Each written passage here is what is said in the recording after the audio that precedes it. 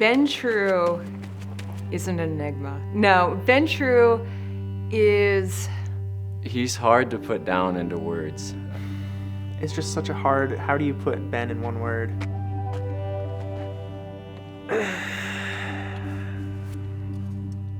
Oh, I hate interviews. Why? I don't know. I never like being the center of attention.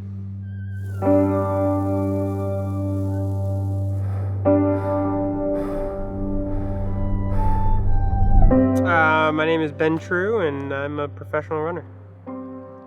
I don't know. A lot of times I have no idea why I wake up in the morning and keep going out the door and running. I think part of it's stubbornness, and part of it is just that competition. I love that racing that other person and being able to be at my best on a particular race day is that goal that you're always chasing. For him personally, he just has this innate desire to be really good at what he does, and I think he wants other people to recognize that he's really good at what he does. I think Ben is just a competitor. You know, he's motivated to win. He loves winning. He loves just throwing down in competition. That's what gets him excited. As a kid, I was one that loved doing sports, loved competing. I also was one that definitely had a lot of OCD issues. Because of that, it's given me this weird stubbornness where I can't give up because I have to just do things my routine and my way. Half of the reason why I'm still running is because when I was younger I had such strong OCD. The town I had a little rec program where there was like half-mile races that kids did, and you would always be racing for a popsicle stick because that was your place wherever you finished in line, and so you always raced for that number one popsicle stick. And I started getting those number one popsicle sticks, and it kind of bit me and wanted me to keep going because I just loved to compete. I mean, I had some great mentors, one of them being Joan Benoit Samuelson, who, you know, first woman Olympic marathon gold medalist.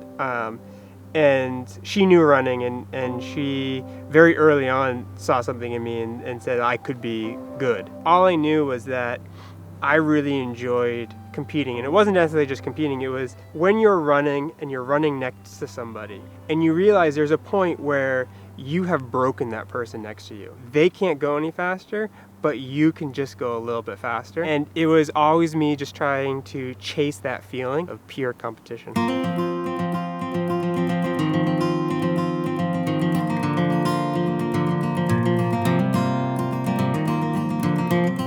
mean, I'm someone who has had this very love-hate relationship with running. Growing up, I hated the track. I liked running, but I hated the track because I hated it that when you're running on the track, everything was so metered and that there's so many eyes on you.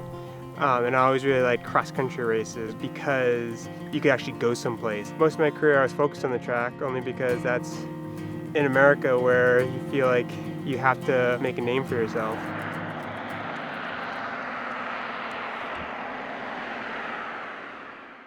My career has been a lot of almosts, I think.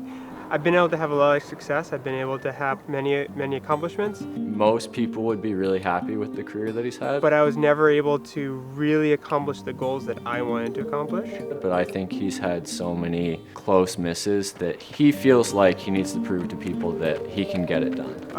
When push came to shove and the big goal that I wanted for the year was ahead of me, I always felt like I failed. What Ben was doing before, nobody else in the world was doing. That was training day in, day out, totally by himself, just crushing himself. And I think it was so exhausting emotionally. He was getting the work done, but it takes a lot of emotional energy just to get yourself out the door when you're that tired. The average workout day.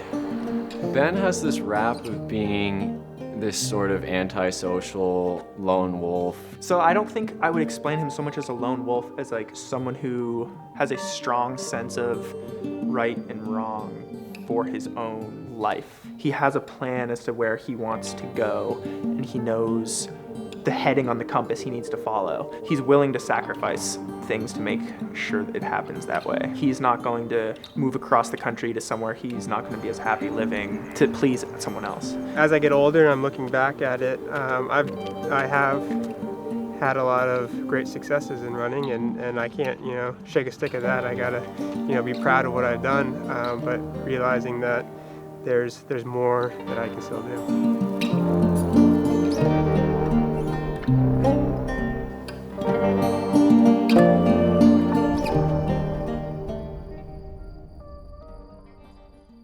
I was pretty okay with walking away from the sport a couple years ago. I kind of threw one Hail Mary out there, and that was to try to find a training partner. And I think that Ben has always wanted training partners on some level. I think it's hard to get people out here because it might not be as exciting as a place as people want it to be. So I'd heard a rumor basically that Ben was looking for a training partner, and I'd had his email from back when I was in high school. So I reached out to him. Dan Kurtz, fellow Mainer, was like, hey, that sounds like a great idea. I want to come train with you. And He was like, yeah, just come on out, stay with me for a couple days, and we'll train together a couple times and see how things gel. He wanted to be able to basically recruit somebody to come up here, and Dan just happens to be the right fit. Then I all of a sudden moved out here like a month later. Dan had said like, hey, you should come out. I think you would like it here. Came out at the beginning of May and really liked it, and I was like, all right, I'll make the move. So now they have this little trio that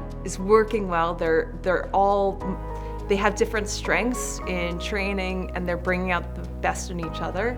And having that other person around at sessions who help push me in workouts that I would not have been able to do by myself has really rejuvenated the passion for running, and I don't want to walk away from it anymore. And For so many years of his career, he was just this one man as an island. And now he realizes that he can have this impact on the people around him, impact on people who follow the sport. He's turning what he's learned about the sport into something bigger.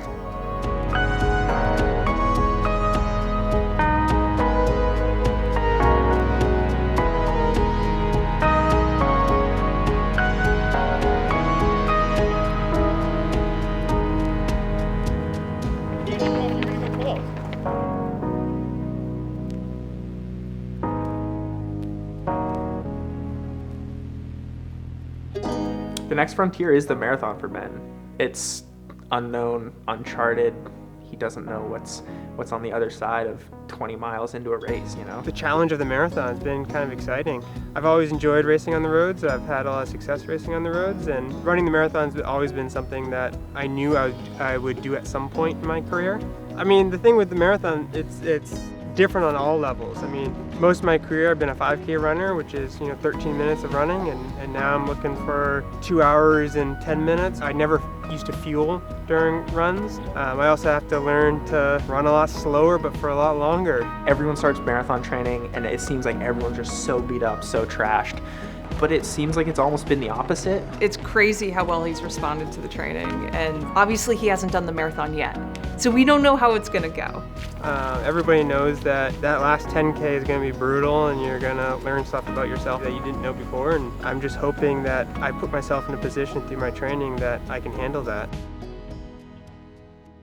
So a lot of people get in trouble because they get worried about the unknown and worried about things they are outside of their control. Ben loves the comfort of the familiar.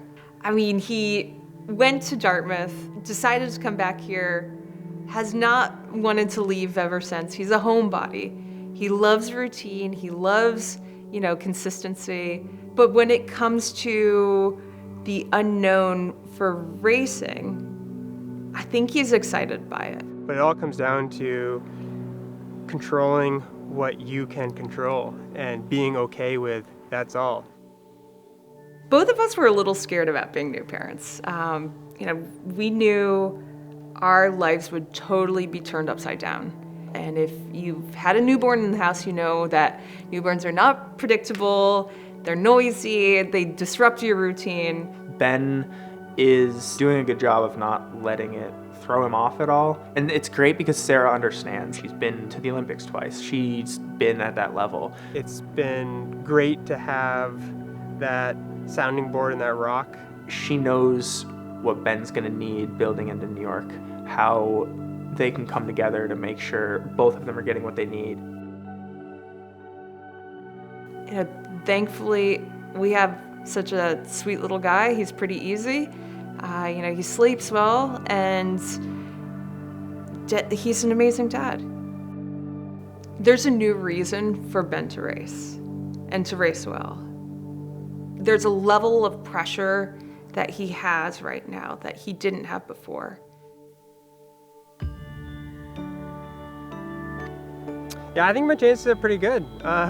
New York City is a race course that's fairly slow. It's because it's such undulations and curves and turns, and the road is pretty beat up. I think plays into my strengths, and I run very well in that chopped up running style. Ben's gonna race New York just because he's always run well there. He won 10K on the roads. He won, the New York City half marathon. He was the first American man to win a Diamond League 5K, period. And that was in New York. Ben is fulfilled by challenge. He loves digging into things he doesn't know about. He loves, setting a bar for himself and trying to reach it. Racing fulfills some of that. Training does that for him. I think that's one of the things that makes him really special, is that he just has these blinders on. The beauty of running is that there's a direct relationship between how hard you've worked in practice and how much effort you put in the journey to the final event. It's not a sport where you can show up on the starting line and wish and hope for a result.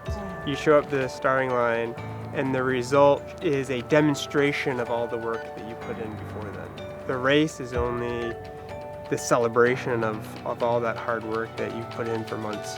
I think anybody who is around him, anybody who has seen his career, wants to see it really pay off in a massive way. And I think something like the marathon is an opportunity for that. Deep down, he's known that he was capable of something really exceptional. And he's done great things, but he's never had that one race that brings everything together, that really demonstrates exactly how talented and how good he is. I think what inspires him is being able to demonstrate that. Have that one race where everything comes together and he puts his name in the history books.